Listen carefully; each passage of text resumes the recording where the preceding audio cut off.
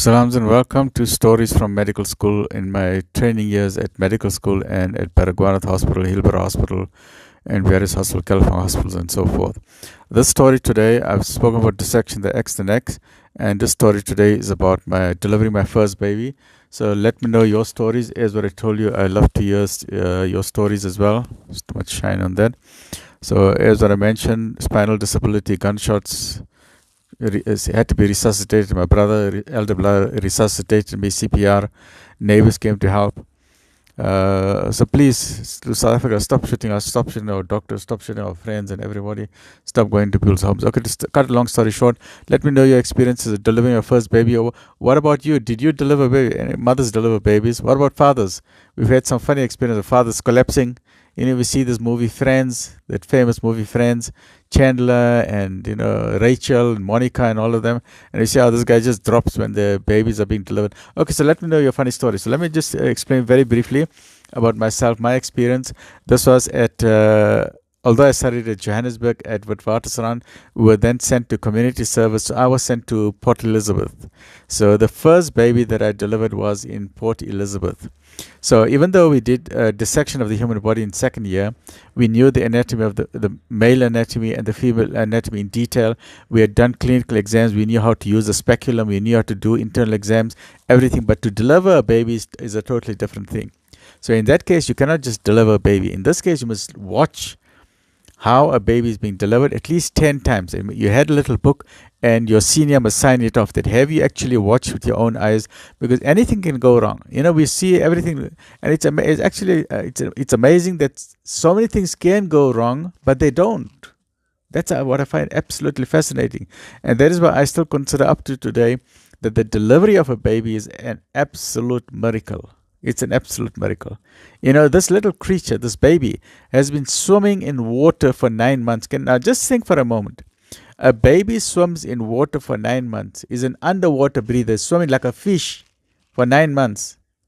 The minute the baby is delivered, is no longer breathing water, now is breathing air. There's a change in the physiology, a change. Now that same baby, if you put it in the tub of water, it'll drown in 2 to 3 minutes. But for 9 months, the baby didn't drown. But now in 3 minutes, the baby can drown. Isn't that absolutely amazing? So Allah is indeed the most magnificent, the supreme, Creator Supreme, Subhanallah. So the delivery of a baby is magnificent. So here in Port Elizabeth, it was during Ramadan, so we did our 10. Now it's my turn. I did my 10 observations. You can do more observations, but anything can go wrong. The easiest is the head down position. When the baby is coming out, you see the crown position. You can see the head. Or the other difficult one is the buttock position, is the breech, where the bum comes out first. That's a bit difficult, okay? But sometimes, even when it's a crown position, sometimes you get a shoulder dystocia. The shoulder can get stuck. Or maybe having twins or conjoined twins. So then you've got to rush the baby, the mother to theater for an emergency Caesar. Or sometimes you need to have a forceps delivery, or a suction pump, or assisted delivery. Someone pushes from the top while you're delivering from the bottom. But all the time, the minute you have the patient, you start the internal examination, the cervix starts dilating 1 centimeter per hour. But if it's a first baby, it can take 1 centimeter every 2 hours. It can be about 20-hour labor. It can be very difficult. Okay, so the more babies you have, the quicker the delivery becomes, right? So now I'm sitting there and I'm watching. Now me, I don't rush into things. Now I've been allocated a patient. Is a young 19-year-old colored girl from Port Elizabeth, and she's a single mother. Her husband ran away, her boyfriend. Well, not her husband, she wasn't married, so her boyfriend ran away. She got no family there. She's all alone and she's terrified, she's scared. Now it's my job, and it's 1 o'clock in the morning. There's no one there.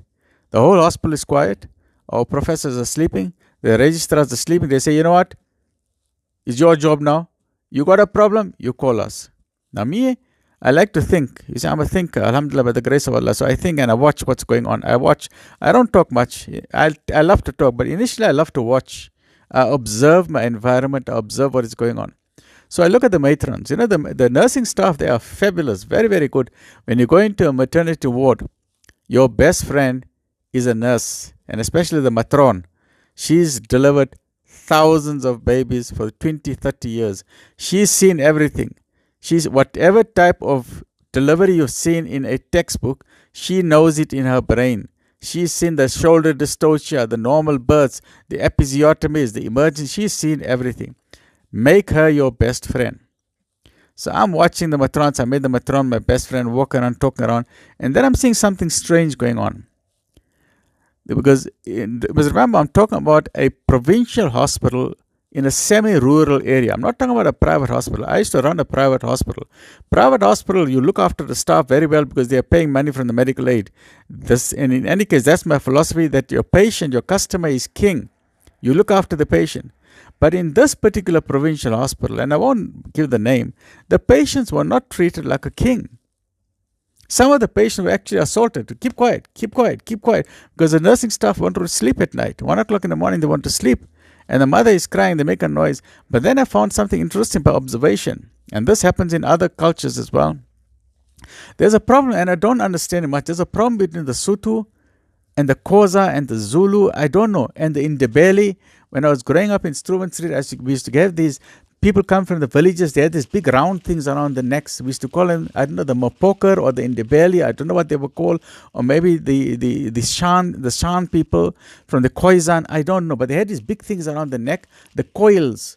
And now a nurse won't talk to a person who's maybe a Xhosa or a Sotho or a Zulu. He said, nah, I don't want to talk to that person. And I found it very strange. I said, but that's a human being. They said, no, no, no. So I went quietly and asked the matron, what's going on there? Why are they shouting at that person? They said, no, no, no, it's a cultural problem. To cut a long story short, the only thing I did, this girl is terrified. I sat with her and I started talking to her. I found out about her background. As I'm examining her, I'm explaining what I'm doing. Finally, 5 o'clock in the morning, we delivered the baby, a wonderful boy. But I had to do an episiotomy. Now, to cut a woman in the most sensitive part of her body, in her private organs, it's very difficult for a human being. Now, you got to cut. If you're not going to cut, and this is a first-time pregnancy, okay, you cut the episiotomy. If you don't cut it, she can tear the perineum. Then it's major problems. She can have a fistula. She can tear into the rectum, or the bladder can tear. So sometimes you got to do that cut, but it's a very difficult decision to make. But so even though you put your lignocaine, your lagnocaine, you do the episiotomy, and then the baby, alhamdulillah, by the grace of Allah, the baby was delivered well. It took a long time, but the baby delivered well. And then you got to then put your hand in, make sure the placenta products, and that's very important. After the baby is born, the afterbirth, make sure that all the little flowers there are all accounted for. If not, you put your hand inside, you take out with your hand, you clean out the womb from the inside. You don't leave the clots or products of conception known as the POCs. If you leave that inside, you have puerperal fever. The patient can get very sick and go into ICU. So once all of that was done, I sutured the episiotomy. I'm sitting. Now I'm tired. I want to go now for breakfast because it's been a long night. As I'm about to leave, now remember, I'm still a student. I'm not yet a fully qualified doctor. This is about a fourth year or fifth year. I think fourth or fifth year. I can't remember now, in Obs and Gyn, around in Port Elizabeth. And as I'm going, she calls me back. She said, doctor. I said, yes. She said, can I ask your name? So I just said, Adam. That's all I said. And she said, my son, I'm going to name him Adam. Can you imagine? I did nothing special for that lady. The only difference I did, the nursing staff knew more than me, but they were so frustrated with seeing the same routine every day. They were just telling the patients, keep quiet, keep quiet, keep quiet, keep quiet. Then this is a life lesson. The only thing I did was a random act of kindness, and I've used that throughout my life. Be kind to other people, and that's what Islam teaches us. Be kind to another human being. You don't know what that girl is going through. So this 19-year-old girl, I did nothing special. The only thing I did, I sat down with her 1 o'clock in the morning till 5 o'clock. Until she delivered the baby. And I was just calming her down. She didn't know what was Lama's breathing training. So I was telling her, take deep breathing exercise. I was explaining to her what is going to go on. I was explaining to her, before I did anything, I was explaining to her, now I'm going to do an internal exam. I'm going to do it. Why? Because I'm doing this. Now the cervix is no longer 3 centimeters. Now we're at 9 centimeters. It's about time now. So I'm keeping her updated. She was so grateful. So today, somewhere in Port Elizabeth, there's a fellow called Adam, because her mother showed appreciation for a stranger doctor, a young doctor who didn't know what he was doing, just because he showed an act of kindness. This is the grace of Allah subhanahu wa ta'ala. Everything we have is, we say, Alhamdulillahi Rabbil Alameen. So that is a life lesson. So you don't have to be a doctor to be kind to another human being. We have homeless people, we have poor people, we have people who are struggling, we have people who have illnesses. So please do a random act of kindness today, and let's make South Africa a better place. Let's make Africa a better place. Let's make the world a better place. Stay well, and remember, share with me your stories, share with me your comments. I love hearing the comments, even though I may not be able to reply to each and every one of you. But please share with me. It keeps me motivated. It keeps me encouraged. It keeps me going, doing more and more programs like this. Stay well and look after yourself.